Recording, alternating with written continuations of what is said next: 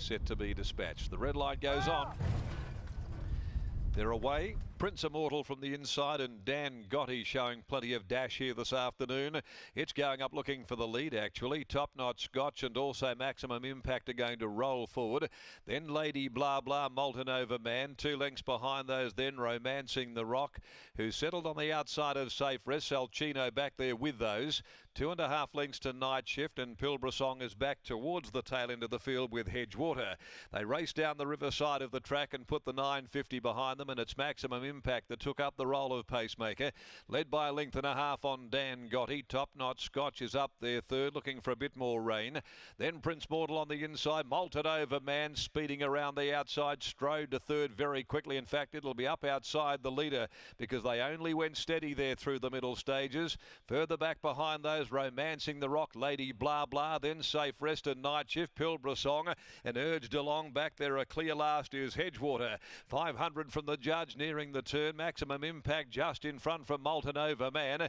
They're about to be joined on the outside by Dan Gotti, who made a line of 3 very quickly. 2 lengths away then is Top Notch Scotch, followed further back then by Romancing the Rock, but Dan Gotti gave them the go-by. At the 200, Dan Gotti races 3 in front from Maximum Impact. Down the outside, Romancing the Rock is finishing on very well, but it's all Dan Gotti. Dan Gotti, under the vigour of its rider, Brad Parnham, was too good. He won by 2 lengths. Second, Romancing the Rock. Night Shift got through traffic over near the rails to probably run third for Maximum Impact. Top Notch Scotch, then Molten Over Man, who was pretty plain, followed by Safe Rest, a gap, then Prince Immortal, Lady Blah Blah, Pilbara Song, Salchino, and last right from the outset was Hedgewater.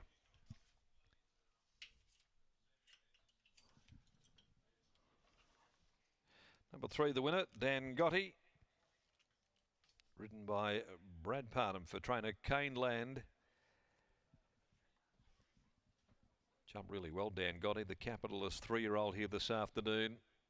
Landing in front, then handed up, conceded the lead, but he had the 2 there in front of him, absolutely covered at the top of the home straight. Maximum Impact and also Molten Over Man, who gave up without much of a fight whatsoever. Romancing the Rock has been a solid debut run. Night Shift was able to work through over near the rail, and the placings are 3, 6, 11 and 2. 3, 6, 11, 2 in 1:31.29. So they didn't go out to set any records. 36.26 is the closing sectional. 2 1/4 by 2 margins. The winner owned by Santo Waliardo, a capitalist 3-year-old from Lalabila by Zabeel. And Brad Parnham here aboard for Kane Land. A good result here for Kane this afternoon, preparing this 3-year-old who's got plenty of upside too for owner Santo Waliardo. Romancing the Rock, an awesome rock. I'm a Gelding. Grant Williams, Chris Parnham second home. Night Shift is by Star Witness from Jem here, Mark Ford and Sean McGruddy, but Multi-Nova Man out of the placings. Race 4, the Amelia Park Handicap at 2.55. 4 Gorgeous Gus comes out there with 7 to do battle, as Britt now joins Kane Land in the yard after this victory of Dan Gotti. I do indeed. Kane, congratulations to you. Normally, these horses are at your place for their breaking in, for the beginning of their education, but it must be a delight to be able to bring them to the races in your name and to be wearing Santo's colours as well. Oh yeah, it's been great. Just like to thank Neville and Santo for letting us have a go with this horse. It's been, yeah, really, really good. Thanks. What were you thinking during the run today?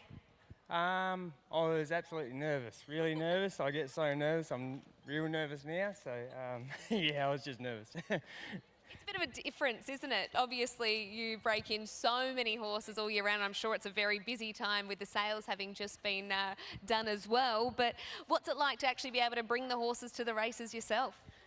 Yeah, it's been really great. Like, it's something different. It's been interesting working with the horse, and just especially Emmy's well bred, and it's good to have a nice horse.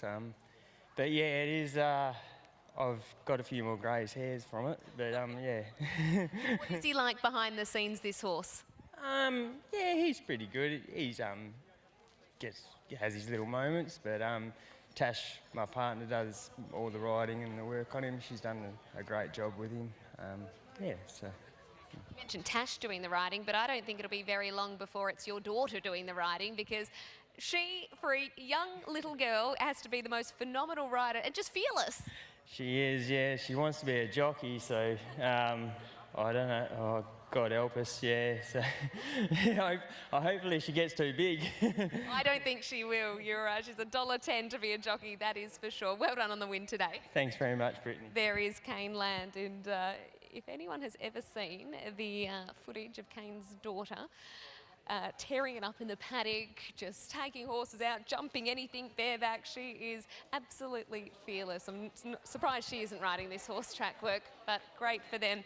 And nice association between Kane and Neville. Brad is now with Scott. Yes, I am with Bradley, who knows this horse quite well. Brad probably didn't expect to see his head the first one out of the gates today, but he landed in a beautiful spot. Yeah, he did. He's been a tricky horse, which is why Kane's had him, and he's done a really good job with him. And just in his last couple, he hasn't probably stepped that quick, but it was good today that when he stepped quick, I was able to just have him there. I probably didn't expect to be that close, but when I was that close, I was pretty happy. And then at about the 800-metre marker, when the favourite whipped around your outside and was able to tow you into the race, I'm sure you would have been full of confidence. Yeah, I was, because I honestly, looking before the race, I thought that was really the only one to beat. And when he came around me and all of a sudden I was tracking around him and I knew he was gone, I was in a pretty good spot from there, so it was good. Is he kind of the horse that's going to get better with time, or is he always going to be a bit of a handful? No, he has gotten a lot better. Even these 3 starts in, he's still a little bit of a handful, but he's definitely better. And I'd say once he finishes his prep and goes out, hopefully he comes back and he'll just do things right. Sioux City, any chance in the next? Yeah, it was a good run last start. Drawn a little tricky, so I don't know where I'll get. I know Vern wasn't all that keen for me to lead on it, so the last start anyway, so I'll see where I land. But yeah, if I get a good run, he'll be right there. Fingers crossed, well done. Thank you. There is Brad Parnham after the victory of Dan Gotti, prepared by Kane Land, takes out race number 3.